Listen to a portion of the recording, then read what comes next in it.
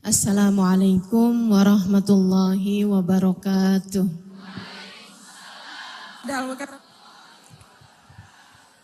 Alhamdulillah rabbil alamin bihi nasta'in ala umurid dunya waddin. Wassalatu wassalam ala asyrafil anbiya wal mursalin sayyidina maulana Muhammadin wa ala alihi wa sahbihi ajma'in. Subhanaka la ilma lana illa ma 'allamtana innaka antal alimul hakim. Rabbi shrah li sadri wa yassir li amri wahlul 'uqdatan min lisani yafqahu qawli. Amma ba'du. Alhamdulillah wassalatu wassalamu ala Rasulillah Muhammad ibn Abdillah wa ala alihi wa sahbihi wa man walah. Subhanaka la ilma lana illa ma 'allamtana innaka antal alimul hakim. Rabbi shrah li sadri wa yassir li amri wahlul 'uqdatan min lisani yafqahu qawli. Amma ba'du. Alhamdulillah, sama-sama kita hormati, kita muliakan para ustadzah, para pimpinan-pimpinan pondok pesantren, pimpinan-pimpinan majelis ta'lim, para tokoh masyarakat, dan juga tim Firqah Asyikin Nabi, serta segenap panitia kita, tim kita. Kita doakan semoga semuanya senantiasa berada dalam rahmat ridha Allah Subhanahu wa taala.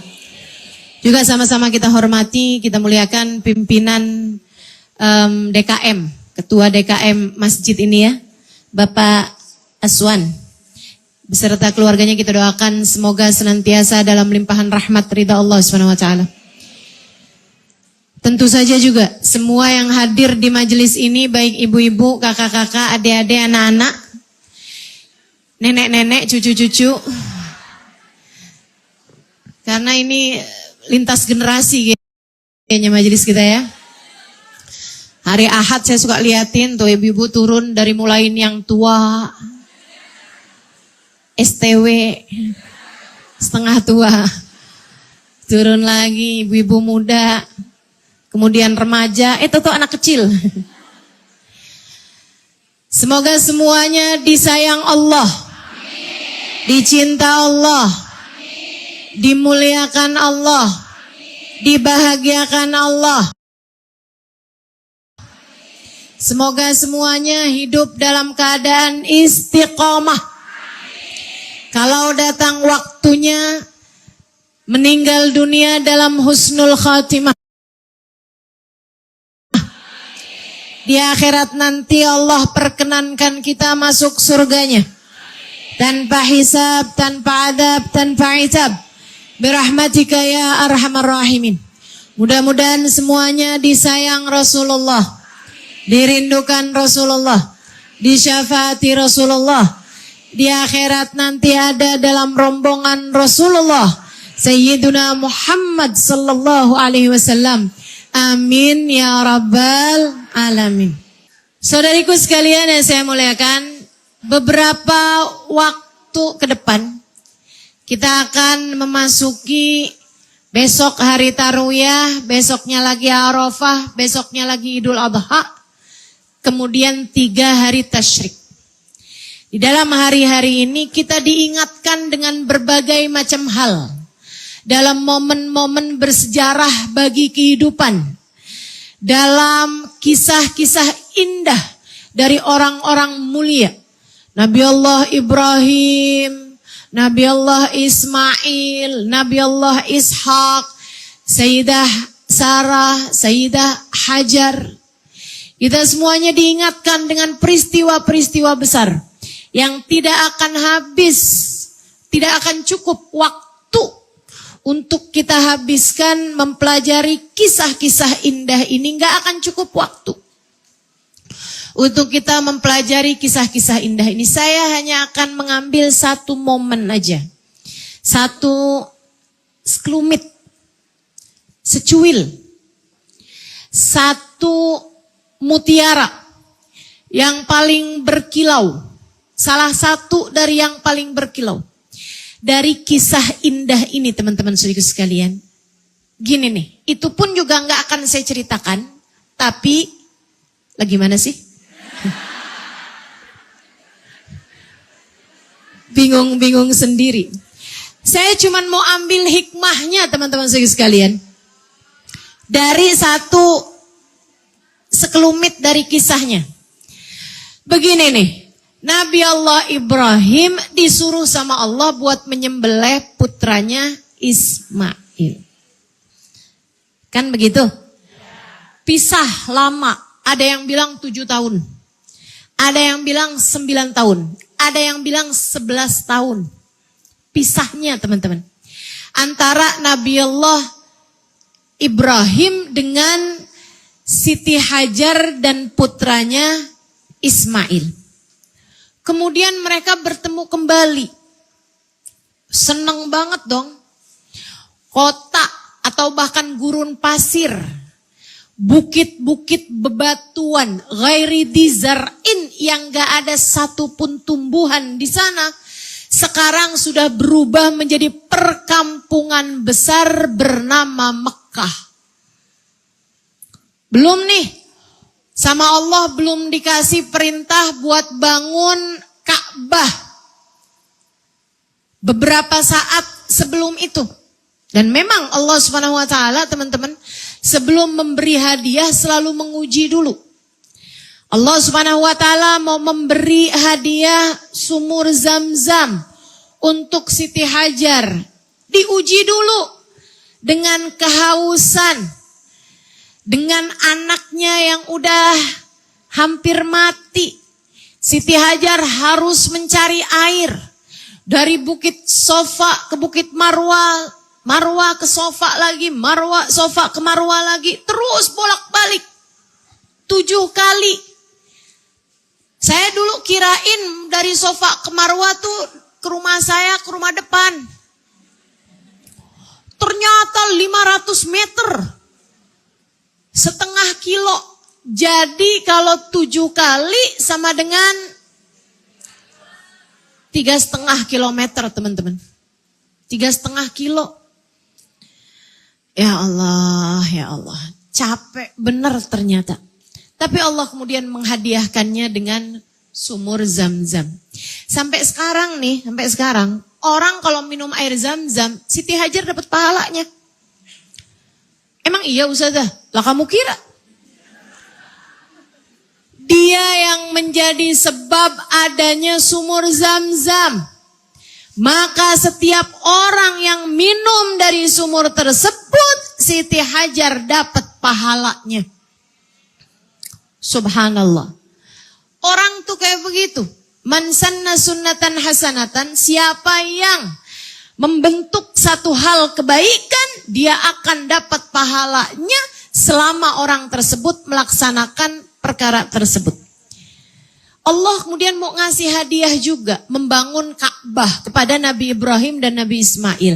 Tapi masih belum lulus nih, ujiannya masih belum selesai nih. Masih ada satu tahapan terakhir. Untuk kemudian baru dapat predikat kumlot. Baru dapat predikat mumtaz, dapat predikat juaranya. Ada ujian terakhirnya berupa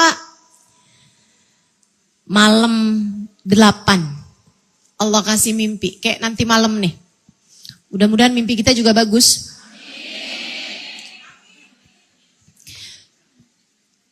Nabi Ibrahim mimpi nyembelih anaknya. Mimpi doakan, mimpi kan bukan tidur Ustazah. Mimpimu. Kalau dibilang Nabi Ibrahim itu loh, kan cuman mimpi itu kalau itu datang padaku padamu, cuman mimpi. Tapi nabi-nabi tahu mimpi seorang nabi adalah wahyu dari Allah Subhanahu wa taala. Emang gak mungkin gitu Ustazah bunga-bunga tidur, enggak ada ceritanya. Apalagi kalau mimpinya dari setan tuh. Mimpi dikejar orang gila, pernah gak? Mimpi jatuh dari bangunan tinggi. Pernah gak? Ada lagi nih yang mimpi kebelet pipis.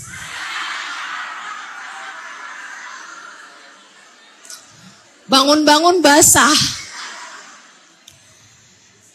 Ya Allah. Bunga tidur atau bahkan dari setan sumbernya. Tapi kalau mimpinya para nabi, semua adalah wahyu dari Allah Subhanahu wa taala. Artinya Nabi Ibrahim diperintah buat nyembelih anaknya. Nabi Ibrahim galau seharian. Siapa yang enggak? Baru ketemu loh ini sama anaknya. Hari itu Nabi Ibrahim ngeliatin Ismail nangis saja. Nabi Ibrahimnya dong. Nangis saja. Ngeliat Ismail makan, nangis, ya ampun. Anak saya nih. Akankah saya menyembelihnya dengan tangan saya? Ngelihat Nabi Ismail zikir, Nabi Ismail sholat, Nabi Ismail senyum, Nabi Ismail ketawa. Ya Allah. Rasa hati. Ibu-ibu, saya gak ada anak. Ibu-ibu nih yang ada anak lebih bisa bayangin mestinya. Kayak apa bu? Diperintah Allah buat nyembelih anaknya. Ibu-ibu sekalian, saya gak tahu ya kalau psikopat atau apa gitu. Tapi ibu-ibu sekalian, jangankan orang, kucing aja gak tega loh. Nyembelih anaknya bu, ngebunuh anaknya bu. Ibu-ibu sekalian, saya melihat anak macan gak akan dibunuh sama ibunya. Ibu-ibu sekalian yang saya muliakan, lah ini ayahandanya Nabi Allah Ibrahim alaihissalam diperintah untuk nyembelih putranya, sangat disayangi. Nabi Allah Ibrahim adalah seseorang yang penuh cinta, penuh rahmat hatinya. Dan cintanya kepada Nabi Ismail luar biasa. Kala itu Nabi Ismail masih menjadi satu-satunya putra beliau. Nabi Ishak belum lahir. Nabi Ishak belum lahir. Itu bu, istilah orang zaman sekarang anak kepengen. Anak mahal. Anak satu-satunya bu, semata wayang. Wayang kulit pula. Wayang golek kan matanya dua. Ibu-ibu sekalian, kebayang kayak apa? Tungguin. Sampai malam berikutnya. Malam 9. Ngimpi juga yang sama. Artinya Allah perintahkan beneran nih. Besokannya lagi Nabi Ibrahim gak sanggup juga. Belum sanggup buat ngerjain. Bukan berarti gak mau ngerjain. Gimana caranya nih, gimana caranya nih. Lebih deras lagi air mata mengalir dari kedua matanya. Jadi pertanyaan, kenapa nih bapak saya? Katanya Nabi Ismail. Jadi pertanyaan Siti Hajar, kenapa nih suami saya? Tapi mereka beradab. Ini perempuan-perempuan beradab nih ya. Gak yang, kenapa lu bang?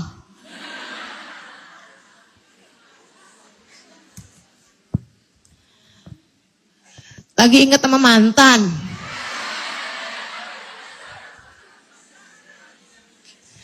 Bawaan suudon aja.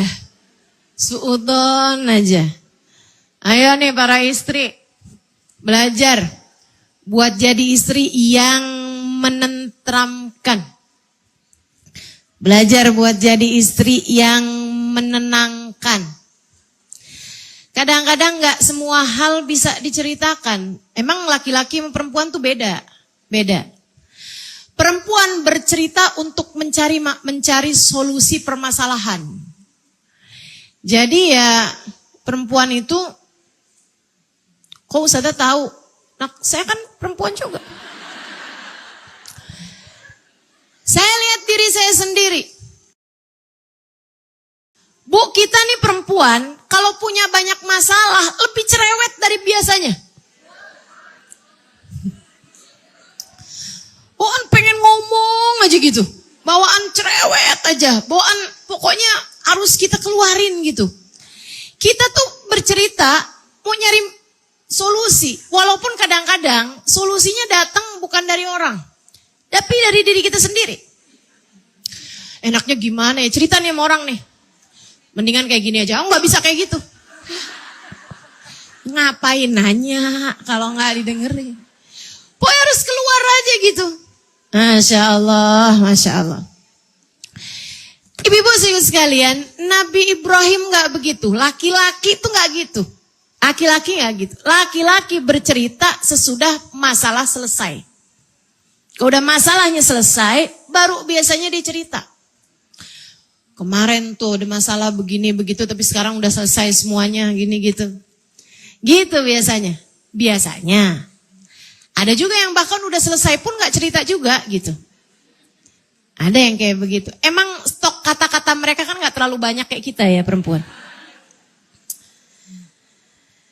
Jadi kalau ada suami, ada kenapa-napa gitu kan, kelihatan berubah begini begitu. Enggak usah dicurigai terus, kenapa sih bang? Cerita dong, cerita. Kamu gak pernah nganggap saya ini istrimu. Surat nikah tuh ada nama kamu, ada nama saya loh. Atau ada surat nikah yang lain nih jangan-jangan. Wah, kemana-mana kamu. Ayo para istri jangan kemana-mana. Teman-teman sekalian, Nabi Allah Ibrahim terus nungguin. Malam 10 bulan Dzulhijjah. Akhirnya ngimpi juga yang sama 3 kali berturut-turut. Artinya gak ada tawar-tawaran. Ibrahim, ini harus segera kamu laksanakan. Nabinya Allah, Bu, sami'na umirna fa'ata'na. Kami diperintah, kami laksanakan tanpa tawar-menawar. Pagi hari itu sudah menguatkan hatinya sendiri. Beliau kemudian memanggil Hajar dan berbicara dengannya. Ceritain. Siti Hajar menunduk. Keluar air mata tak tertahankan.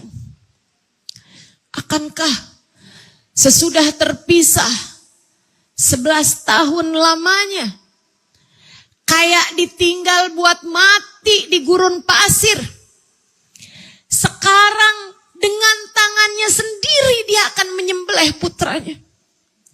Tapi Siti Hajar faham suaminya seorang nabi, seorang nabi.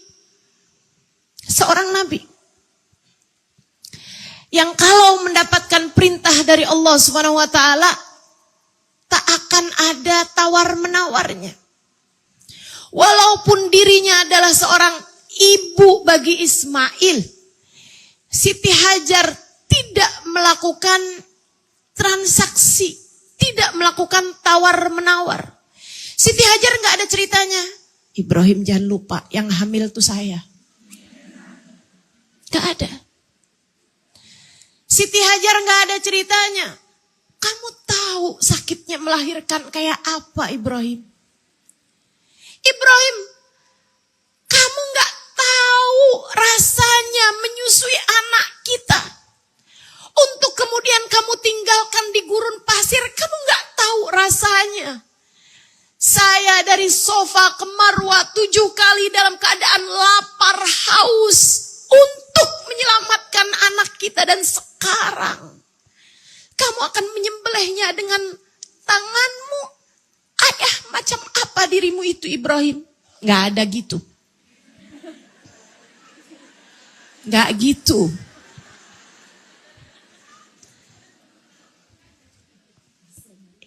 Sebab ini Siti Hajar, bukan Siti Halimah.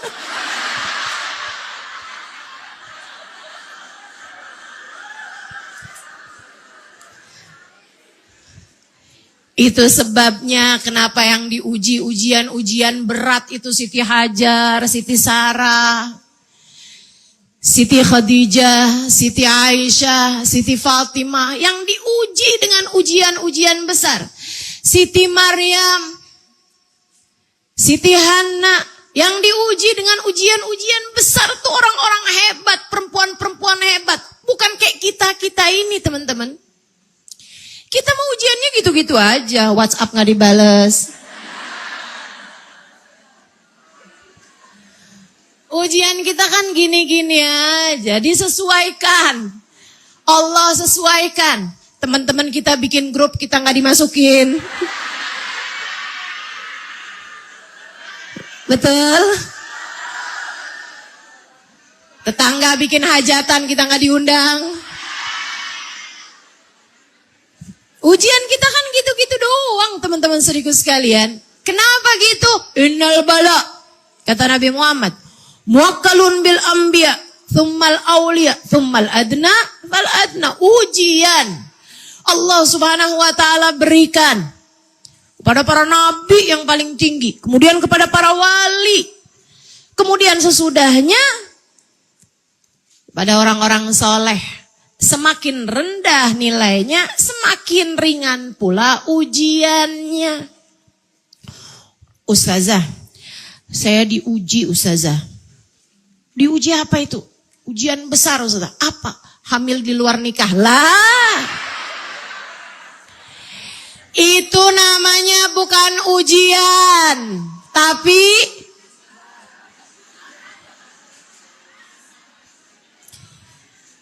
antara musibah atau azab dari Allah itu ya. Karena kamu melanggar aturan-aturan Allah. Karena kamu melanggar aturan-aturan Allah. Na'udzubillah min dzalik.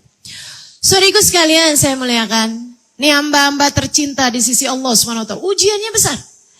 Faham Siti Hajar bahwa suaminya adalah seorang nabi. Beliau hanya menunduk dalam.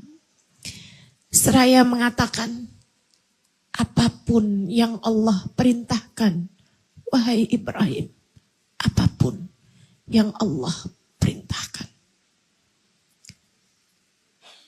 Coba tuh. Bisa gak kamu dalam hidup punya kalimat kayak begitu? Buat hatimu, buat hatimu. Tiap kali ujian dalam kehidupan terasa begitu berat. Hatimu menunduk dalam seraya mengatakan, aku ridho apapun yang kau putuskan dalam kehidupan ya Allah. Saat kamu lagi dikasih sakit, ridho ya Allah apapun yang kau putuskan. Apapun yang kau putuskan. Sampai umur jelang 30 belum kelihatan hilalnya jodoh. Aku ridho apapun yang kau putuskan ya Allah. Udah nikah gak dikasih-kasih anak. Apapun yang kau putuskan ya Allah. Lagi dicinta ataupun bahkan lagi dibenci. Apapun yang kau putuskan ya Allah. Anak lagi sakit. Apapun yang kau putuskan ya Allah. Sakitnya semakin parah. Apapun yang kau putuskan ya Allah. Anakmu kemudian meninggal dunia. Apapun yang kau putuskan ya Allah. Apapun yang Allah putuskan. Ditinggal mati orang-orang yang kita sayang. Atau ditinggal hati oleh suami yang kita cintai. Apapun yang kau putuskan ya Allah. Aku akan ridho. Dan aku akan tetap di jalanmu. Tuh, cakep. Hamba-hamba tercintanya Allah tuh cakep. Saya bayangin Allahnya seneng banget nih sama model hamba kayak begini. Bukan yang dikasih sehat, bikin dosa. Dikasih sakit, nggak terima. Dikasih panas, kegerahan. Dikasih hujan, ngeluh mulu, jemuran nggak kering-kering katanya. Ya Allah, ya Allah. Jangan sampai Allah Tuhanmu jadi serba salah kepadamu, Bu, Kak, Dek. Ini dikasih apa enaknya nih ya? Hamba yang satu ini nggak ada syukurnya, nggak ada terimanya. Naudzubillah min dzalik. Naudzubillah min dzalik. Yuk belajar. Terus dalam hidup kita mesti belajar. Bagian paling beratnya adalah menyampaikan kabar duka kepada yang dimaksud, yaitu Ismail. Berat loh itu, Bu. Berat itu. Menyampaikan kabar duka tuh gak main-main. Bahkan sampai dikasih inian tuh, pastikan dulu orang yang mau kasih kabar itu dalam keadaan udah kenyang, dalam keadaan udah mandi. Karena orang kalau habis dikasih kabar duka, Bu, kagak kepikiran makan, gak kepikiran mandi, gosok gigi aja lupa. Beneran dah. Ibu-ibu sih sekalian saya muliakan, beneran. Orang kalau habis dikasih kabar duka, anakmu kecelakaan, emang keburu mau pakai lipstik? Saudariku sekalian saya muliakan, Nabi Ibrahim memanggil Nabi Allah Ismail. Bahasanya udah dipikirin. Orang tua juga mestinya kayak gitu. Kalau mau ngasih kabar-kabar yang gak enak buat anak-anaknya, bahasamu pikirin. Makanya saya sangat menyarankanmu untuk terus belajar, ibu-ibu, kakak-kakak, adik-adik. Biar bahasamu tuh lebih tertata. Biar kalau ngomong itu gak gampang nyakitin. Biar kalau ngomong itu gak bikin salah paham. Kalau orang yang saya ngomongin cuma anak saya sendiri, itu masalahnya. Itu masalahnya. Kamu gak punya rasa hormat kepada anakmu. Kamu gak punya rasa hormat kepada suamimu. Sehingga kamu kalau mau ngomong sama suami, ngomong sama anak, gak pakai dipikir dulu bahasanya. Oh, Ustazah ribet banget dah. Suami-suami saya sendiri kok Ustazah. Anak-anak saya sendiri kok Ustazah. Ibu-ibu saudaraku sekalian, kalau suamimu tidak mendapatkan cukup rasa hormat darimu, dari siapa lagi? Seharusnya suamimu, anakmu adalah orang-orang nomor satu yang harus kamu hormati. Mereka hamba Allah yang paling banyak interaksinya dengan dirimu. Orang tuh kalau punya sesuatu, itu bisa membaginya kepada orang lain. Makanya saya liatin perempuan-perempuan yang kalau ngomong kasar, emang gak punya harga diri. Makanya gak pinter menghargai orang. Faham? Ini sindiran loh ini. Buat kamu yang masih kadang-kadang ngomongnya kasar, ngomongnya kotor, Bu. Kalau kamu punya harga diri, kamu gak akan kayak begitu. Kalau kamu perempuan mulia, maka ucapan yang keluar dari mulutmu adalah kalimat-kalimat yang memuliakan. Kalau kamu punya harga diri yang tinggi di hadapan Allah Subhanahu wa taala, Allah kasih kamu nilai, maka Allah akan jadikan ucapanmu kepada orang-orang di sekelilingmu menjadi ucapan yang bernilai juga. Subhanallah, Nabi Ibrahim ngomong sama anak ditata dulu. Makanya sampai sekarang, Bu, sampai sekarang, saya bisa memberikan kepadamu seminar parenting. Cara komunikasi sama anak hanya dari kata-katanya Nabi Allah Ibrahim kepada anaknya kala itu. Ya bunai, panggil dengan panggilan kesayangan. Ra'aitu anni adbahuka, prioritaskan kalimat bercerita.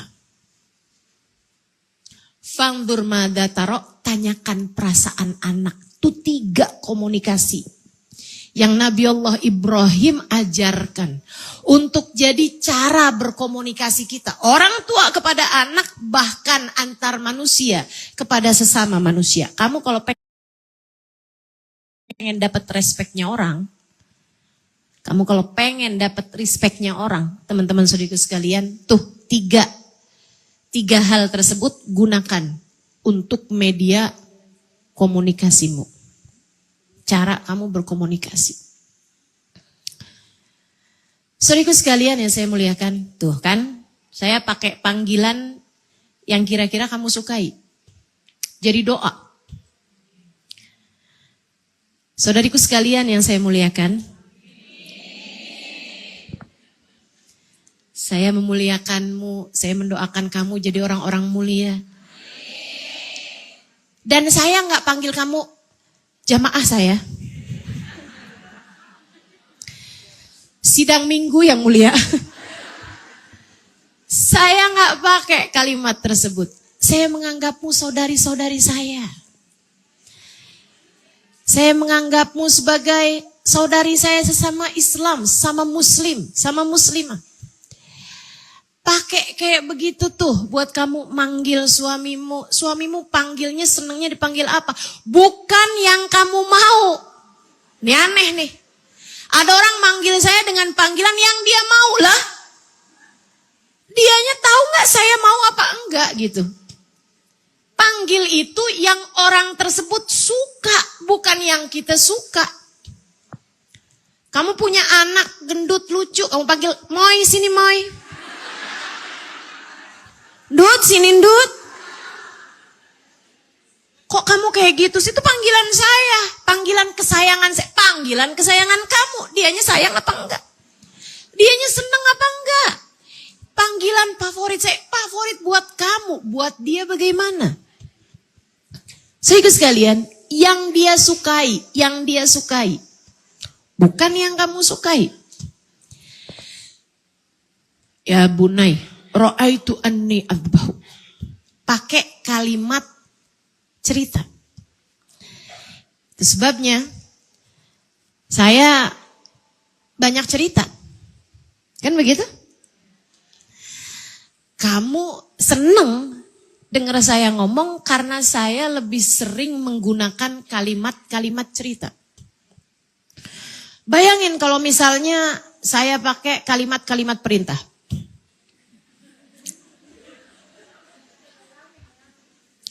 Berkurbanlah. Umur udah segini gak ngerti kurban juga. Gak seneng orang dengernya, gak seneng. Gak seneng. Ra'aitu anni adbahuk. Ra'aitu anni adbahuk. Jangan tinggal sholat. Nah kan, kalimat perintah. Berat didengar, lebih bagus jangan mau ninggal sholat. Nah itu. Itu kan kalimat cerita. Kalimat bercerita. Ibu-ibu belajar bahasa Indonesia dulu kan? Ada kalimat cerita, ada kalimat perintah ataupun kalimat larangan. Gitu ya. Nabi Allah Ibrahim. Ra'aitu anni adbahuka. Kemudian nanya, fangdur madza tara. Karena saya nggak lagi mau ngasih seminar parenting dan seminar komunikasi, jadi saya cukupkan aja bagian yang itu. Bagaimana pendapatmu wahai Ismail? Indah luar biasa kalimat-kalimatnya Nabi Ibrahim. Tapi subhanallah teman-teman saya sekalian. Nabi Ibrahim dengan segala kekaguman saya atas beliau. Nabi Ismail tidak kalah mengagumkannya dari itu sebagai jawabannya. Saya berharap ada masanya ketika hati saya bisa mengatakan hal yang sama dengan yang diucapkan Nabi Allah Ismail kala itu, ketika badai ujian menghantam hatinya, beliau dengan serta-merta menjawab, ya abatif al-matu'mar. Satajiduni insyaallahu minas sabirin. Duhai ayahanda, jika memang engkau diperintahkan, laksanakanlah. Engkau akan mendapati diri ini mampu bersabar, insya Allah. Subhanallah, subhanallah. Itu kalimat indah luar biasa. Kamu bisa ngomong kayak begitu dengan enak, lega hati, nggak ada apa-apa. Kalau kamu lagi datang hal-hal yang menyenangkan dalam hidup. Tapi kalau misalnya lagi datang hal-hal berat dalam hidup, anakmu terbaring tak berdaya di ranjang rumah sakit atau bahkan di ICU. Mampukah kamu saat itu berkata kepada Allah, ya Allah, apapun yang kau putuskan untuk diri ini, laksanakanlah. Engkau akan mendapati diri ini mampu bersabar atas segala ujianmu, ya Allah.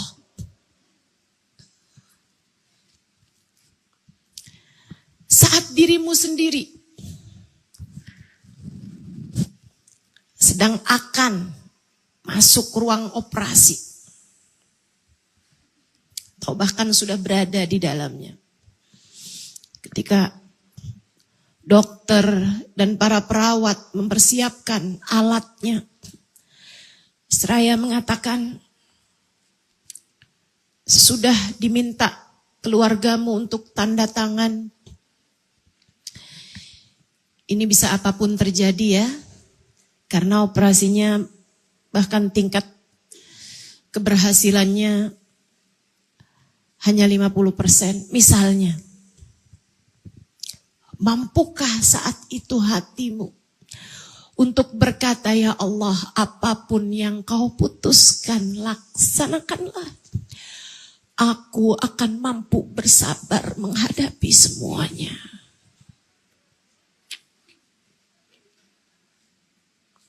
Ya abatif al-matu'mar.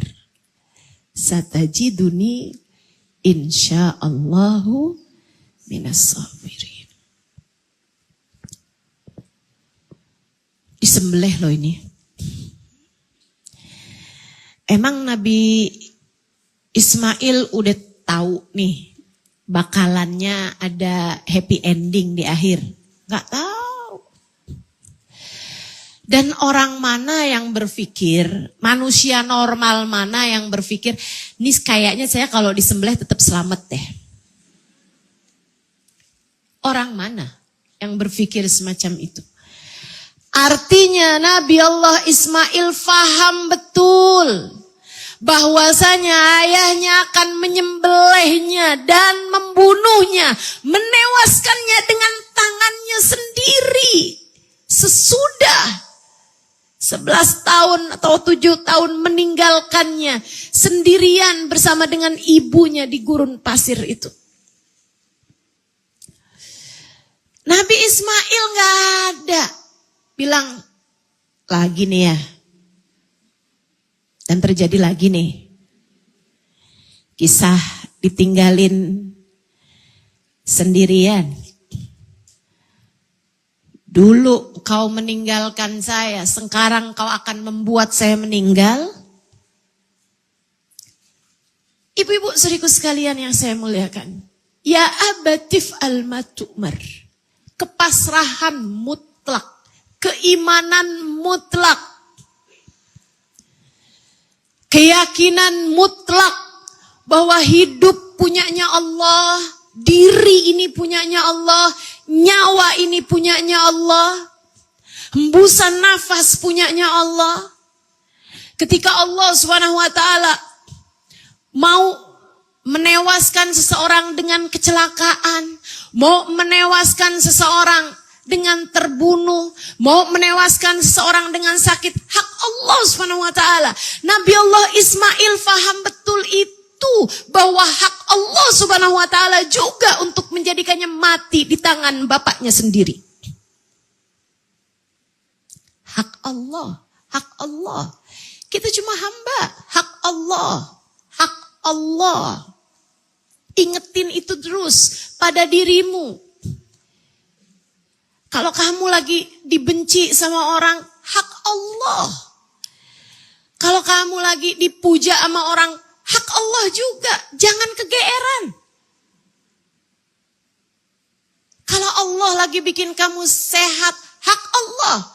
Kalau Allah lagi bikin kamu sakit, hak Allah. Kita hanyalah hambanya, teman-teman sekalian. Kita hanyalah hambanya. Satu hal yang kamu perlu pastikan untuk dirimu adalah tetap berada di jalannya. Tetap berada di jalan Allah. Jangan memilih jalan selain jalannya Allah. Jangan memilih jalan lain selain dalam jalannya Allah. Makanya yang dipilih sama Ismail adalah berdoa berupa insyaallahu minas sabirin. Saya akan belajar, saya akan meminta pada Allah. Jika Allah berkehendak, semoga saya menjadi orang-orang yang sabar. Ibu-ibu sekalian saya muliakan, dan kita pun tahu ending ceritanya. Ustazah, mungkin itu karena para nabi ya Ustazah. Emang iman mereka makan lain sama kita. Ya itu udah pasti. Mereka gak digodain sama setan kali ya Ustazah ya. Setan gak deketin mereka kali ya. Oh itu enggak. Setan deketin mereka. Dari deketin ke Siti Hajar. Sebelumnya deketin Nabi Allah Ibrahim. Ibrahim serius. Kamu mau nyembelih anak kamu Ibrahim. Kamu emang nabinya Ibrahim. Tapi bukan berarti kamu gak bisa protes sama Allah. Coba deh Ibrahim. Mungkin kalau kamu usaha lagi, kamu doa lagi. Allah mungkin mengubah keputusan-keputusannya terhadap dirimu. Bisa aja Ibrahim. Kamu kurang usaha, kamu kurang ikhtiar. Kamu kurang berdoa Ibrahim. Apa yang dilakukan Nabi Allah Ibrahim? Diambilnya batu, dilempar. Ikhsya ya la'in. Enyahlah kamu wahai yang terkutuk. Pergilah kamu, jangan deket-deketin saya, wahai terkutuk. Bu, itu nunjukin bahwa setan itu profesional. Udah godain segala macam orang. Udah godain segala macam manusia. Dari tingkatannya nabi, tingkatannya wali, sampai tingkatannya rakyat jelata, semuanya digodain sama setan. Semuanya digodain sama iblis.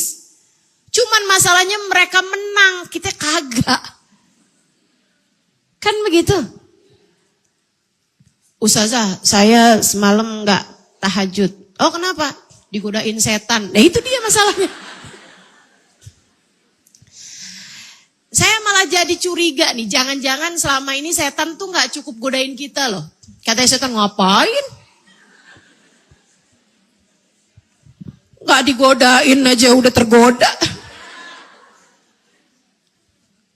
Apalagi belakangan nih ya, pas setan baca, ada bapak bunuh anak. Ada ibu bunuh anaknya.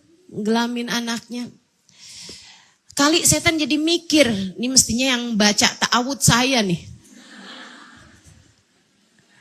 Ya Allah, aku berlindung dari kejahatan manusia yang terkutuk. Katanya setan. Ya Allah, ini manusianya udah lebih jahat dari setan, teman-teman. Apalagi kalau kita baca ya, kaum Zionis itu loh sama Gaza. Anak di sekolah diturunin bom. ada yang lagi nyiapin makan, ditembak. Itu pada kemana itu ya, kemanusiaannya, hatinya gitu. Kayaknya nih emang udah jadi sebab setan-setan pada mohon perlindungan dari kejahatan manusia nih kayaknya. Ya Allah, ya Allah. Jangan sampai hati kita mati, teman-teman. Mudah-mudahan Allah tetap hidupkan hati kita. Amin. Amin. Datang ke Siti Hajar. Jar.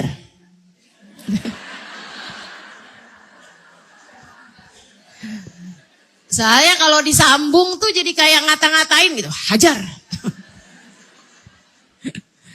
Kayak perintah ya. Kamu biarin aja tuh suami kamu. Abis dulu dia ninggalin kamu di gurun pasir ini sama anak kamu. Sekarang dia dengan tangannya sendiri loh membunuh anak kamu. Kamu lupa siapa yang berjuang buat anak kamu selama ini. Terus kamu biarkan aja bapaknya kayak begitu.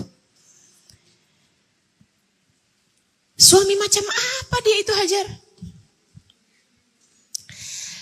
Tapi Sayyidah Hajar adalah istri seorang nabi. Itu sebabnya bukan kita. Ini kalimat kayak bercandaan. Tapi saya sering dengar Sayyidil Habib Umar bin Hafid bicara kayak gitu. Kata Habib Umar bin Hafid, Allah tuh milih Sayyidina Abu Bakar, Sayyidina Umar, Sayyidina Uthman, Sayyidina Ali. Buat jadi sahabat-sahabatnya Nabi Muhammad. Bukan kita. Bukan kita yang dipilih. Karena itu orang besar. Menemani orang besar. Teman-teman sekalian. Nabi Allah Ibrahim. Ibu dari anaknya Siti Hajar. Istri seorang nabi. Anak seorang nabi. Ibu seorang nabi. Maksudnya ibu dari seorang nabi yaitu Ismail. Haruslah orang besar memang, dengan jiwa besar, dengan hati besar, yang gak gampang digodain sama setan. Bangun waktu tahajud nih, ngantuk. Kamu kan tadi malam habis capek, oh banget bener. Tadi malam kan juga kamu kurang sehat, oh banget. Lagian kan tahajud masih bisa malam-malam besok, iya ya udah. Langsung percaya banget gitu. Kayak setan gak perlu godain, pintunya udah kebuka, iya gak sih? Ya Allah, ya Allah. Ini nih, guru saya Sayyidil Habib Umar bin Hafid juga pernah cerita. Orang tuh kalau udah tua banget ya, kayak di atas 100 tahun gitu. Banyak yang Allah bukain pintu hijab sampai bisa ngelihat setan. Itu ada tuh. Memang ada tuh. Sama kayak anak kecil kalau sebagian dan orang tua juga sebagian ya. Yang usianya udah tua banget sama anak kecil yang umur-umur kayak 3 tahun, 4 tahun gitu. Biasanya memang ubun-ubunnya nih masih lembek. Itu teman-teman, banyak di antara mereka yang bisa ngelihat setan, ngelihat makhluk halus lainnya juga. Kayak bisa ngelihat jin, gitu kan? Bisa ngelihat makhluk-makhluk yang lain gitu. Itu tuh, anak kecil sama orang udah tua sekali gitu. Ada salah satu orang tua, tapi gak soleh-soleh amat lah dia. Cuman karena dia umurnya udah tua, Allah bikin dia terbuka hijab bisa ngelihat setan. Dia ketemu sama setan. Lagi bawa kunci banyak. Dia bilang, Tan,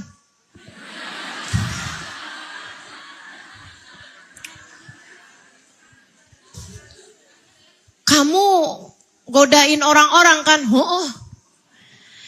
Itu kunci tuh. Oh. Buat apaan? Buka hatinya orang. Buka hatinya orang-orang nih. Ada kuncinya. Ini cerita dari guru saya ya, Sayyidil Habib Umar bin Hafid. Kamu jangan nyari dalilnya.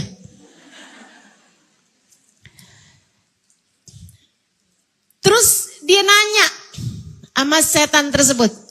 Mau tahu dong kunci yang kamu pakai buat godain saya yang mana? Setan yang liatin. Terus dia bilang, kamu pikir perlu kunci? Orang udah ngablak begitu. kamu pikir saya tadi malam gak tahajud digodain setan? Kata setannya,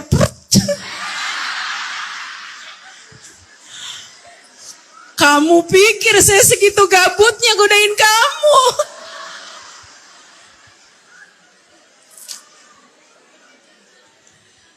Ya Allah, ya Allah. Kata setannya, lah kita kan udah bestie.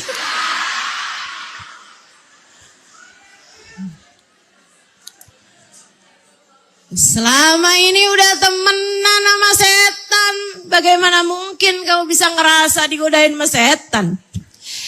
Itu sebabnya kalau bulan puasa beneran Ustazah gak ada setan. Beneran, tapi kok saya masih berat juga ngerjain taat. Tak asli. Saya kok masih ngerjain dosa juga? Ya asli. Selama ini kamu emang udah segitu temenannya sama setan, teman-teman. Kayak gitu. Datang pada Siti Hajar langsung lemparkan pakai batu. Ihsya ya la'in. Datang kepada Nabi Allah Ismail. Nabi Allah Ismail juga mengatakan hal yang sama. Ihsa ya la'in. Nyalah kamu wahai yang terkutuk. Langsung bisikannya. Langsung jatuh, habis. Tak berdaya setan-setannya. Makanya sampai sekarang orang yang haji itu tanggal-tanggal dari mulai malam 10, jadi malam Idul Adha. Ada kesunahan untuk lempar jumroh. Simbolis teman-teman, simbolis. Ya, bukan berarti kamu kalau lempar jumroh lu lempar setan, bukan. Bukan, kamu pikir setannya ngumpul semua gitu di situ? Setan Jakarta ditarik balik. Enggak gitu ceritanya. Itu simbolis, ngerti simbolis gak sih? Ini saya mesti sampaikan ini ya, harus saya tegaskan ini karena mohon maaf. Kayaknya selama ini tuh yang banyak beredar tuh kayak gitu, terutamanya buat orang-orang yang nyampein manasik tentang lempar jumroh. Yang dengarnya ibu-ibu orang kita nih, orang Indonesia nih, yang gak ngerti makna simbolis, lempar setan. Wih. Bu tahu waktu saya haji, abis saya lempar jumroh, memang selesai sampai hari ketiga gitu ya. Dan itu udah sepi gitu waktu saya lempar jumroh itu, sampai saya bisa depan, sampai saya bisa lihat isinya kubangannya yang orang buat lemparin batu. Bu, isinya gak cuma batu, ada bakyak. Ada sendal jepit swallow. Beneran serius banyak banget. Begitu lihat saya udah tahu nih, jonggol nih. Citayam, condet, ada condet juga ya. Tebet. Ya Allah. Lah yang punya bakyak siapa lagi kalau bukan orang Indonesia? Yang punya sendal jepit swallow siapa lagi kalau bukan orang Indonesia? Lah kok bisa kepikir ngelemparin sendal swallow kalau enggak karena lempar setan nih? Kayak gak ngerasa cukup pakai batu kecil gitu kan. Kayaknya habis, dia nih yang godain saya nih. Habis kelar batu-batunya kan, 7 kan gitu kan.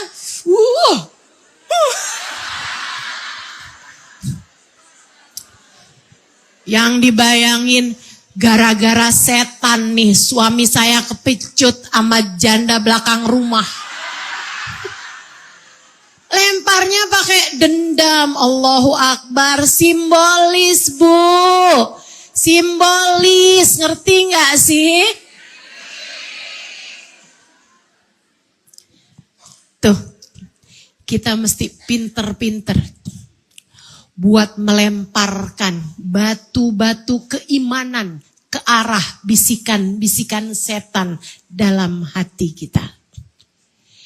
Kita harus pandai membisikkan ke dalam telinga hati kita bisikan-bisikan keimanan yang membuat hancur bisikan-bisikan setan saat datang dalam hati kita. Udah pasti aja. Ada aja kok, banyak banget. Bisikan setan selama kita duduk aja banyak banget. Ini jam berapa sih nih ya? Kagak kelar-kelar juga nih. Ini bacaan banyak banget nih. Ya ampun. Apa pulang aja ya dengerin pakai inian? Pakai live streaming. Ada tuh, ada di sini yang mikir kayak begitu. Bisikan setan dalam dirinya tadi tuh waktu pembacaan tadi tuh. Habis itu tapi enggak jangan Kenapa soalnya? Siapa tahu habis gini saya jadi ahli zikir. Jadi ntar kalau suami ngadi-ngadi nih, tinggal saya bilangin aja, hati-hati bang ahli zikir. Jadi ujub. Allahu Akbar. Tuh teman-teman saudara sekalian, kita harus pinter-pinter. Harus pinter-pinter. Kita mesti punya tuh bahasa-bahasa yang buat kita kuat hati di saat setan mulai ngebisik-bisikin kita. Misalnya bangun tahajud. Kan setan, udah besok malam aja. Kan gitu? Udah entar kamu capek hari ini. Lagian itu sunnah. Ya Ustaz Ali memang negesin, tapi itu sunnah. Ibu-ibu, teman-teman saudara sekalian, kamu harus punya tuh bahasanya. Yang bikin hati kamu tuh langsung bangun gitu. Apa Ustaz bahasanya? Terserah kamu tuh. Apa gitu yang membuat hati kamu tuh kayak malu mauban. Udah umur segini belum juga bisa istiqomah tahajud. Kan begitu? Kamu harus punya tuh kata-kata. Ingat-ingat kalau tidak ucapan bagindamu Nabi besar Muhammad sallallahu alaihi wasallam. Katanya Nabi gini nih Bu nih. Allah Subhanahu wa taala mengatakan, namanya hadis qudsi berarti. Nabi Muhammad ngomong tentang Allah Subhanahu wa taala tapi tidak termasuk dalam bagian ayat Al-Qur'an. Namanya hadis qudsi. Kata Nabi Muhammad, Allah mengatakan kadzab manidda'a mahabbati idza jannahu lail nama anni. Dasar tukang bohong, kata Allah. Kata Allah. Kita dibilangin tukang bohong sama laki kita aja kita enggak demen. Kita dibilangin tukang bohong sama anak kita aja kita tersinggung. Kita dibilangin tukang bohong sama teman kita aja kita tersinggung. Teman-teman saudara sekalian, ini yang ngatain tukang bohong Allah Subhanahu wa taala. Tidakkah selayaknya kamu tersinggung kalau kamu termasuk di antara kelompok tersebut? Allah bilang kadzab, kata Allah. Dasar tukang bohong. Siapa ya Allah? Manidda'a mahabbati, orang-orang yang ngaku mencintaiku.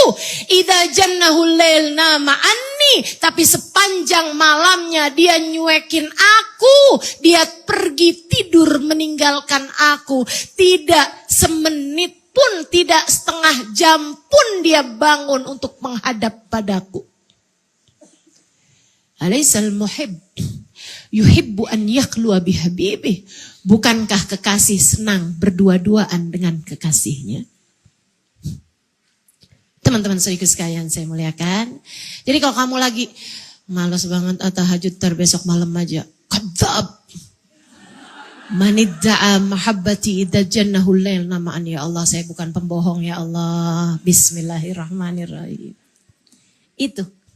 Kamu harus punya tuh kata-kata kayak begitu. Yang bisa kamu jadikan sebagai batu-batu kerikil untuk kamu lemparkan setan-setan yang menggoda dirimu itu. Kalau kamu lagi mau males ngerjain sholat, tar aja dah. Masih panjang kok waktunya. Mau ngerjain sholat berjamaah tapi malas banget antar aja dah. Gitu kan? Kamu harus punya tuh batu-batunya. Kayak gimana contohnya Ustazah? Lah, mau diajarin juga.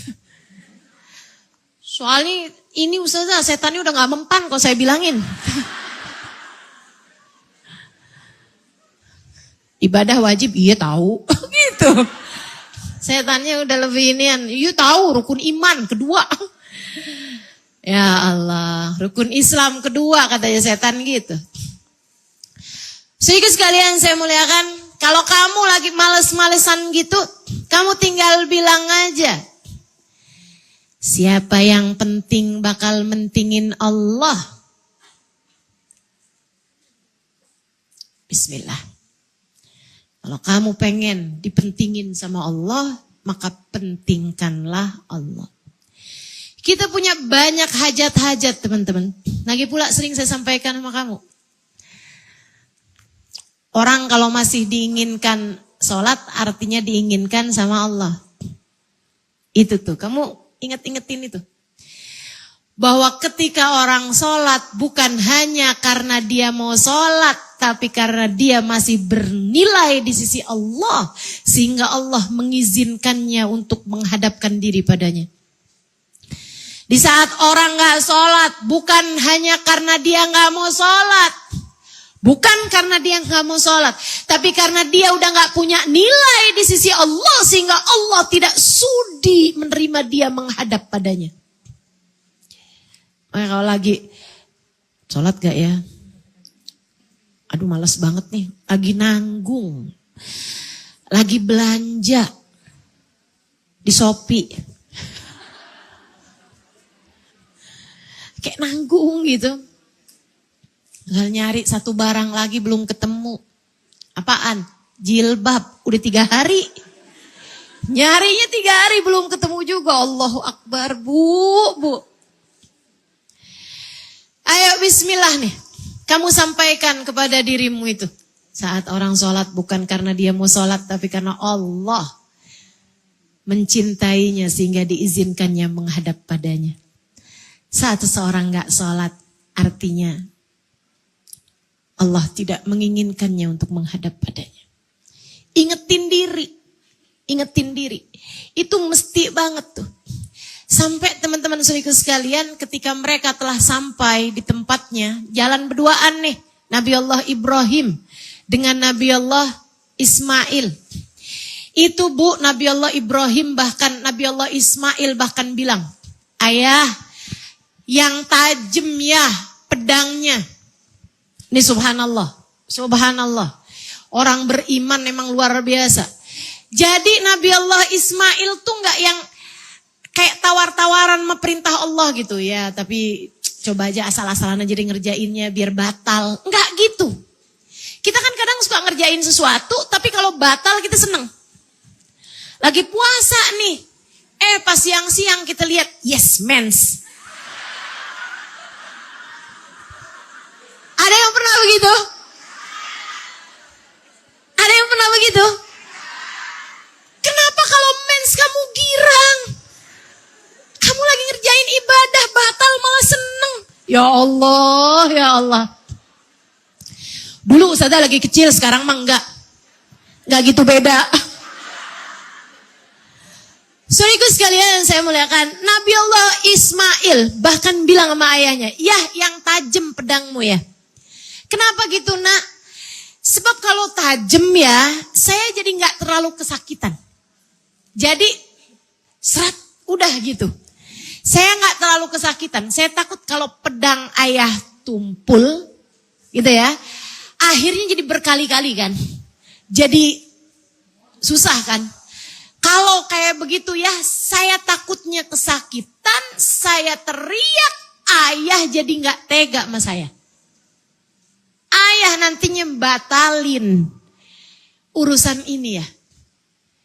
Yang tajam ya, iya nak. Bu, sampai ayahnya mastiin. Ini Nabi Allah Ismail udah baringan di tempatnya itu. Itu Nabi Allah Ibrahim mastiin lagi, najemin lagi pedangnya. Di batu tuh ditajemin lagi. Digosok lagi pakai batu gitu. Biar kenapa? Biar udah pasti banget nih tajamnya. Dengan lelehan air mata, Bu. Dengan lelehan air mata. Anaknya kemudian udah baring, udah siap di situ. Beliau malah sebelum berangkat tuh udah bawa kain. Ditanya sama bapaknya, kain buat apa nak? Buat nutupin badan saya ya, biar ayah gak kelihatan muka saya. Biar ayah gak kelihatan badan saya. Saya takut ayah kalau lihat badan saya, lihat muka saya. Ayah jadi berat buat ngerjainnya. Mendingan saya gak usah dilihat aja sama ayah. Allah. Luar biasa. Ini masuk kelompok orang-orang yang kalau ngerjain sesuatu gak mau gak bagus. Dia ngerjain sesuatunya tuh harus bagus. Nih ayah saya mau nyembelih saya. Kita laksanakan perintah Allah dengan profesional. Dengan maksimal. Dengan cara-cara yang paling bagus. Itu teman-teman saudaraku sekalian. Salah satu hikmahnya. Innallaha yuhib min abdin idza fa'ala syai'an atqana. Allah seneng sama hamba yang kalau ngerjain segala sesuatu dia mengerjakannya dengan cara yang paling maksimal. Dengan cara yang profesional. Kamu jadi istri yang profesional. Profesional menghibur suami, profesional punya kata-kata yang manis yang bisa kamu katakan pada suamimu. Bagian dari profesional. Kamu jadi apa aja yang profesional? Saya belajar buat jadi orang yang menyampaikan dengan cara yang profesional. Saya pelajari dulu, saya gak akan nyampein sesuatu di luar batas kemampuan saya. Ustazah nanti bicara tentang penyakit ini ya Ustazah. Saya bukan dokter. Saya gak akan bicara sesuatu hal yang di luar batas kemampuan saya. Ustazah nanti singgung-singgung urusan politik ya Ustazah. Saya gak ngerti. Apa pendapat Ustazah tentang pemerintahan zaman sekarang? Mohon maaf gak ngerti. Bukan Ustazah sok-sokan. Enggak ngerti. Gak ngerti. Makanya kalau kamu dengerin saya gak pernah. Ustazah gak pernah ya. Ngurus-ngurusin urusan-urusan politik gitu kan. Gini gitu apa segala macam. Ustazah ini gak punya kepedulian sama negara. Bukan saya gak punya kepedulian sama negara. Saya peduli sama negeri ini. Saya doakan harga plastik turun. Itu yang saya ngerti. Itu yang saya ngerti. Katanya harga plastik lagi naik. Iya kan? Itu yang saya ngerti. Walaupun saya juga ada syukurnya harga plastik naik. Mudah-mudahan ibu-ibu yang berencana operasi plastik jadi batal. Plastiknya beda Ustazah. Nah itu kan saya gak ngerti tuh. Makanya kenapa ada plastik dalam operasi? Padahal kagak ada plastik-plastiknya di situ. Jadi teman-teman saudaraku sekalian yang saya muliakan. Ngerjain segala sesuatu dengan profesional. Iya kan? Jadi mikir nih. Kita nih jadi hambanya Allah profesional, pernah enggak? Ya Allah, ini saya ketawain diri saya sendiri teman-teman. Ya ampun, kayaknya jadi hamba Allah gak pernah profesional. Ini yang satu ini nih Halimali terus nih. Ya Allah, ya Allah. Mudah-mudahan Allah jadikan kita profesional. Sholat yang profesional, pernah? Pernah. Zikir yang profesional, pernah. Baca sholawat yang profesional, pernah. Aduh ya Allah. Baca Quran yang profesional, pernah. Mudah-mudahan Allah jadikan kita hamba-hambanya yang mengerti bagaimana menjadi hamba Allah SWT insyaAllah. Yang jadi ibu profesional lah. Ya kan?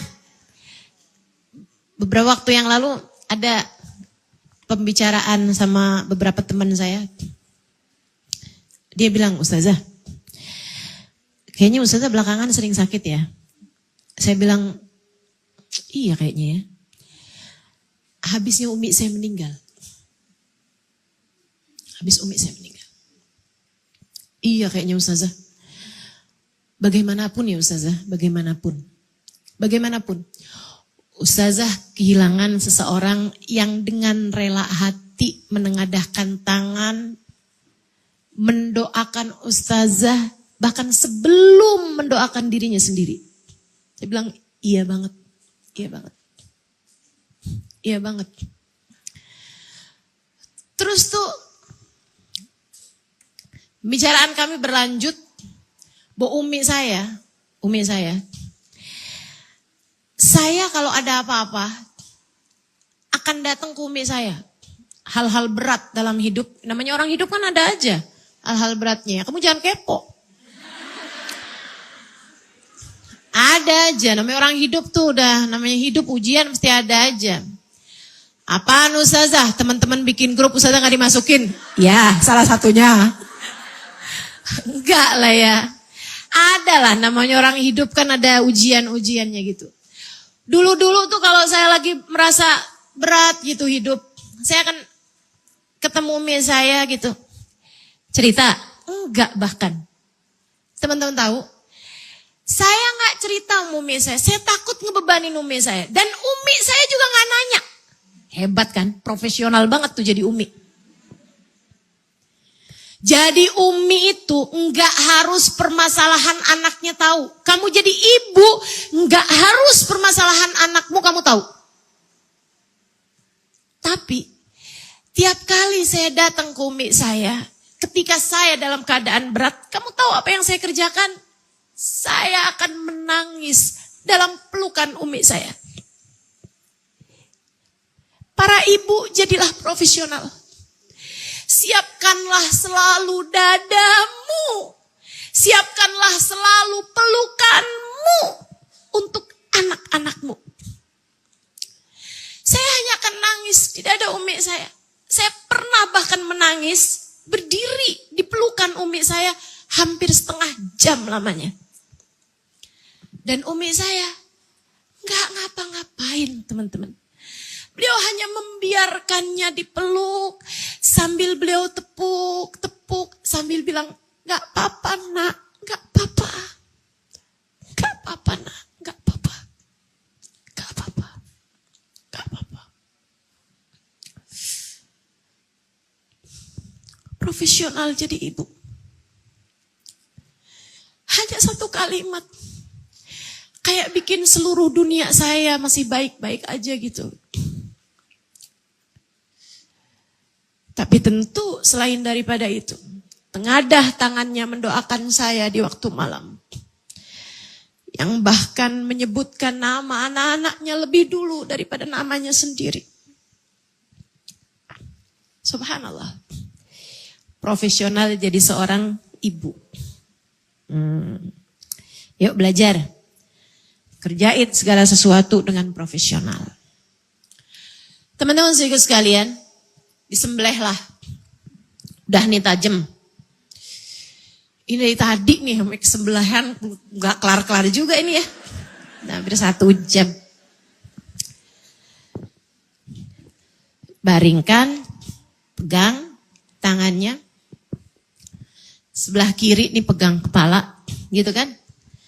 Sebelah kanannya pegang pedang, ngepasin di lehernya. Bu, Nabi Ismail merasakan dinginnya pedang di leher beliau. Beliau bersiap menjalani ujian ini dengan lapang hati. Inilah akhirnya. Nabi Ibrahim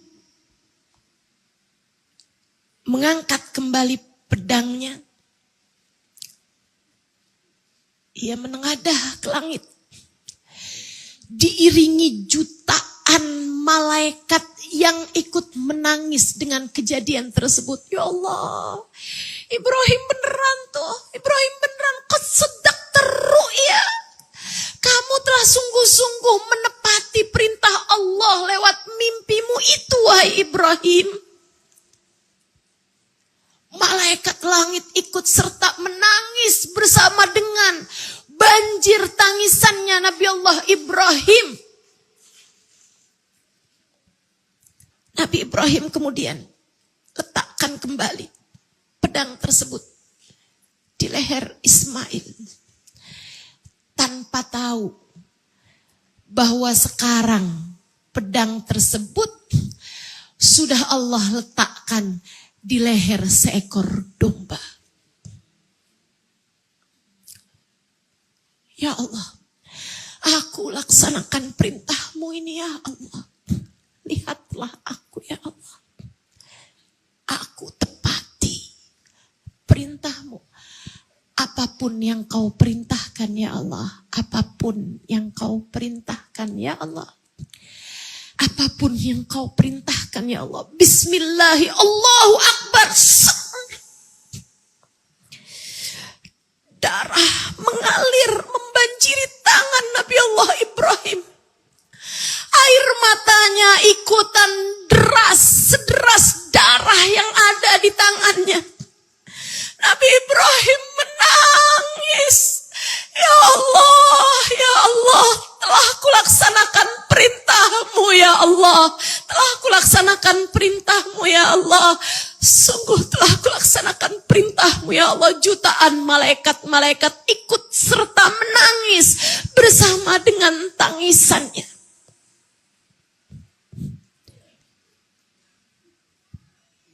Sesaat kemudian, ayah,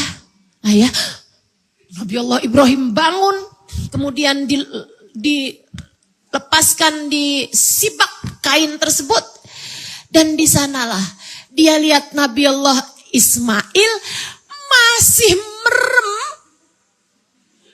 karena kan mau disembelih tuh, masih merem dengan sampingnya ada seekor domba yang sudah tersembelih. Ayah, Ismail, mereka berdua pun berpelukan, sujud syukur pada Allah Subhanahu wa taala. Kemudian mereka bertakbir bersama, Allahu Akbar, walillahil hamd. Allahu Akbar, walillahil hamd. Allahu Akbar kabira, walhamdulillahi katsira, subhanallahi bukratan wa asila. La ilaha illallah, wallahu akbar, walillahil hamd. Mereka pun kemudian membawa jasadnya atau tubuhnya domba yang sudah mereka sembelih tersebut bersama dengan iringan takbir suara malaikat-malaikat di atas langit sana yang bergemuruh ikut serta bertakbir pada hari tersebut, sehingga disebut dengan nama Idul Adha, hari raya kurban. Yuk kita nyembelih juga, ya kan, Idul Adha. Kita nyembelih juga dong. Alhamdulillah, yang disuruh sembelih bukan anak kita, bukan saudara kita, bukan orang-orang yang kita cintai. Yang Allah perintahkan buat kita sembelih adalah simbolis. Sekali lagi, ia adalah simbolis ya. Yang disuruh sembelih siapa nih? Kalau saya mau ikutan Nabi Allah Ibrahim. Siapa tahu nanti digantiin dengan unta. Terus yang kamu sembelih apa? Anak tetangga Ustazah boleh gak? Astagfirullah. Gak bisa. Yang disuruh sembelih adalah unta. Yang disuruh sembelih adalah sapi atau kerbau. Yang disuruh sembelih adalah kambing. Teman-teman saudaraku sekalian, niatlah dengan menyembelih tersebut untuk menyembelih hawa nafsumu yang suka menuntutmu itu gak ada habis-habisnya. Niatlah menyembelih keburukan-keburukan dalam dirimu. Niatlah menyembelih dosa demi dosa yang selama ini kamu laksanakan. Kamu sembelih. Niatlah menyembelih kebiasaan-kebiasaan buruk, teman-teman saudara sekalian. Ketergantungan-ketergantungan. Kita nih sekarang hidup di dunia, ketergantungan kita banyak. Tergantung sama suami, iya juga. Tergantung sama anak, iya juga. Tergantung sama makanan, mesti enak, iya juga. Kan begitu. Ama sekarang nih ya, kebutuhan dulu 3, sandang, pangan, papan. Sekarang nambah casan. Betul? Ama wifi juga. Iya kan? Ketergantungan kita tambah banyak aja hari demi hari.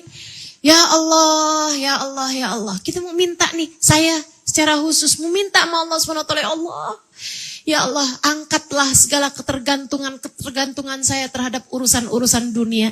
Agar hati saya mengerti hanya bergantung kepadamu ya Allah. Yuk bismillah, kita akan sembelih ya kan. Nah nanti nih Ustazah kalau yang gak mampu sembelih gimana Ustazah? Ya udahlah nerima sembelihan aja lah. Ayam gimana ayam Ustazah? Ada perbedaan pendapat ya. Ada khilaf di antara ulama. Salah satu dari yang memperbolehkan kurban ayam itu Sayyidina Ibnu Abbas.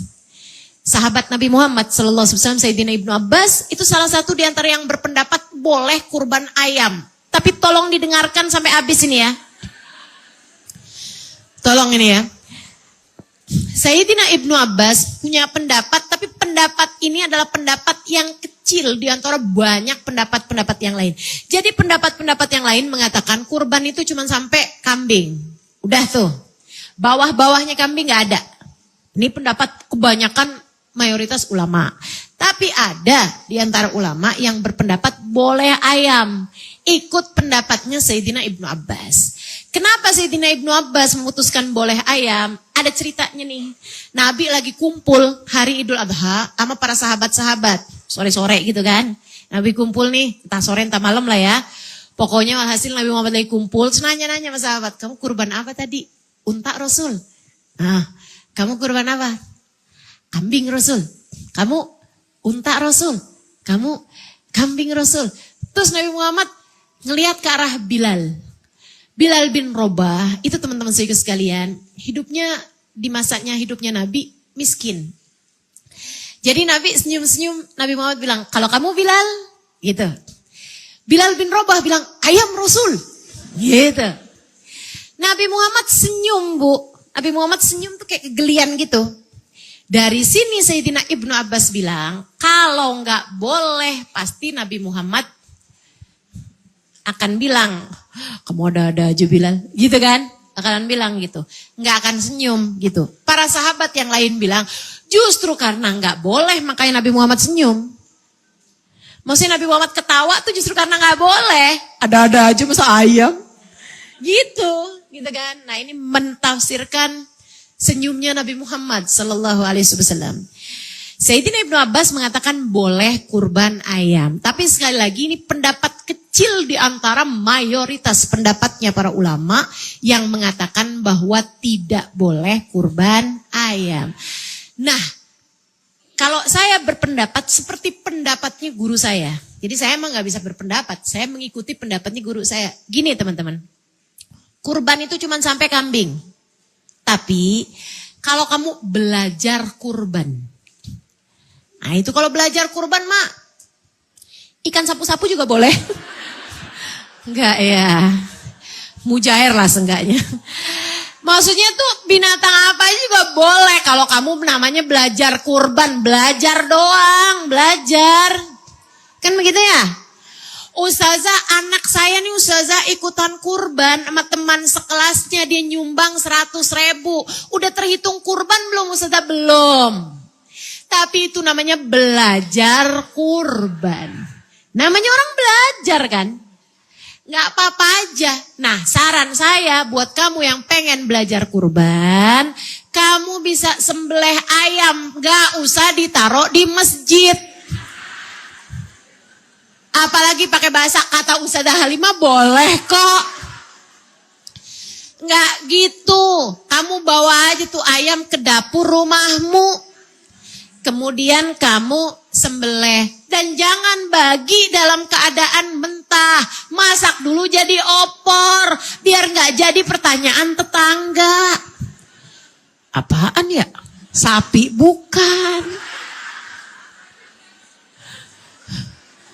Kambing bukan. Jangan-jangan unta. Ya Allah.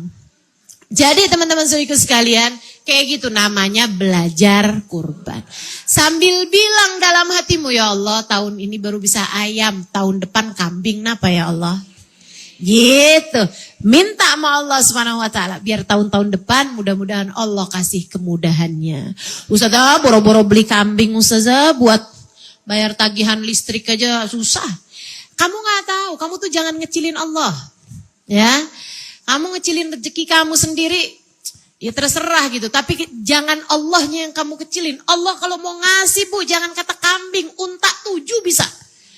Jadi gak usah khawatir gitu, minta aja sama Allah SWT. Ya Allah, tahun ini saya belajar berkurban dengan saya menyembelih ayam. Ya Allah, tahun-tahun depan mampukan saya ya Allah untuk bisa berkurban dengan kurban yang sebenarnya. Begitu kan ya? Bismillah.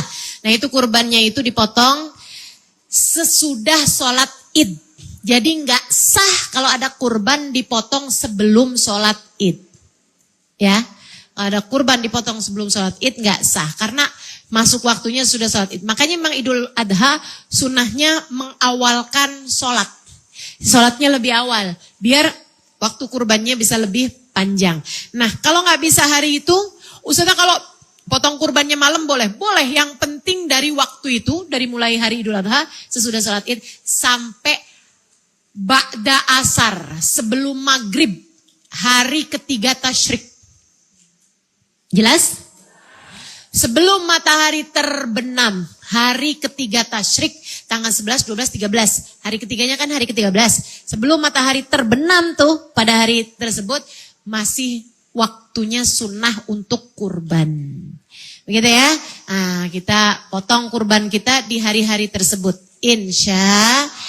Bagi yang berencana untuk berkurban, jangan potong rambut, jangan potong kuku, jangan donor darah dari tanggal 1 kemarin sampai hewan kurbanmu dipotong. Tapi bukan artinya haram, enggak. Bukan artinya kalau udah terlanjur potong kuku berarti enggak usah kurban, bukan. Artinya adalah bahwa sebaiknya kamu jangan potong rambut, jangan potong kuku, dan jangan angkat darah sebelum hewan kurbanmu dipotong. Biar kenapa? Biar anggota tubuhmu mendapatkan ampunannya dulu sebelum ia terputus dari tubuhmu. Sebab Nabi Muhammad bilang kepada Sayyidah Fatimah, "Ya Fatimah, syhidi laki udhiyatik." Wahai Fatimah, saksikanlah ketika hewan kurbanmu dipotong, dengan kepalanya diampuni dosa kepalamu. Dengan rambutnya diampuni dosa rambutmu. Dengan tangan kakinya diampuni dosa tangan kakimu. Dengan perutnya dan seluruh anggota tubuhnya diampunilah dosa seluruh anggota tubuhmu. Artinya bahwa kuku kita nih kan ada dosanya juga. Ya kan? Rambut kita kan ada dosanya juga. Seluruh anggota tubuh kita nih takutnya ada dosanya juga. Jadinya makanya biarin disembelih dulu kurbanmu. Baru abis itu kalau mau dipotong-potong biarin udah dapat ampunan Allah. Gitu ya.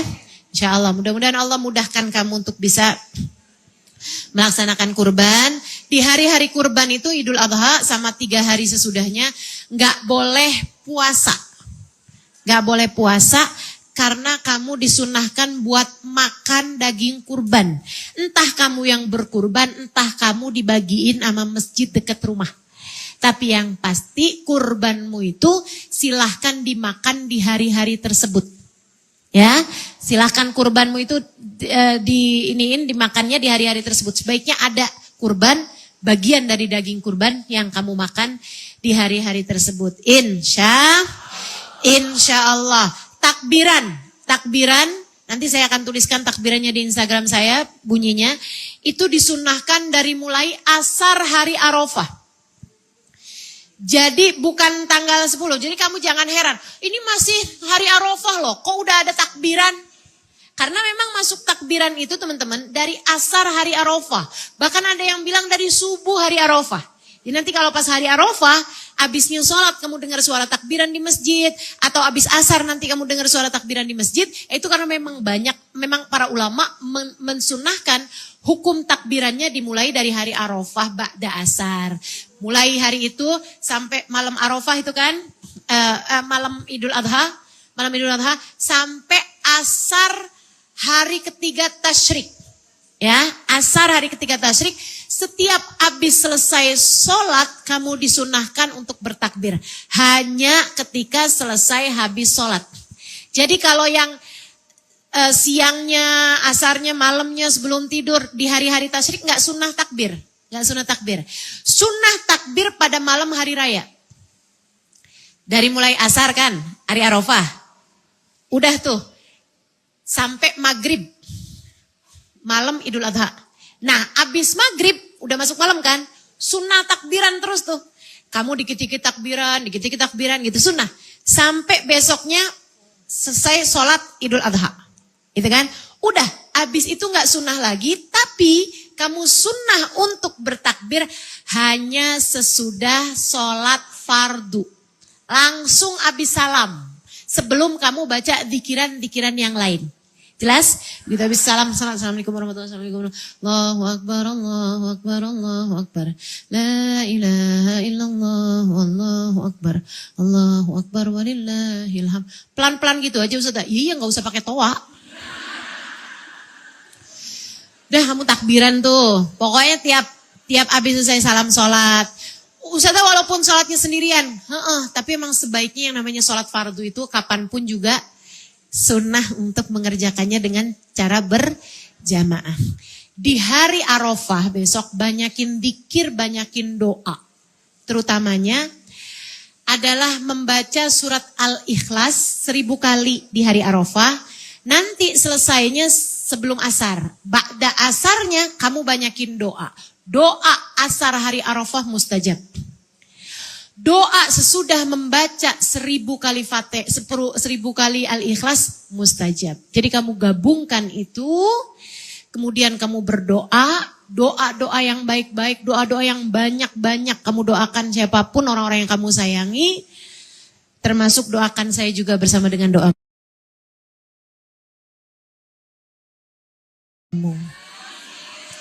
Yang kepengen baca doanya barengan aja di Ustazah. Saya kalau doa sendiri tuh kayak gak ngerti gitu mesti doa apa. Ujungnya yang saya minta duit lagi. Kayaknya mendingan doanya barengan Ustazah. Boleh doa barengan sama saya. Ikut di tempat masing-masing, kita akan live streaming ba'da asar hari Arafah. Ya, hari Selasa buka, insya Allah mudah-mudahan dikasih kemudahan, semuanya gak ada halangan. Jam 4 sore nanti ya, kita akan baca bersama-sama asar hari Arafah. Insya Rabbana taqabbal minna innaka antas samiul alim, tub alaina innaka antat tawwabur rahim. Bifadli subhana rabbika rabbil izzati amma yasifun. Wassalamun alal mursalin walhamdulillahi rabbil alamin. Mudah-mudahan kita dapat keberkahan dari semua kisah-kisah indah yang telah kita dengarkan.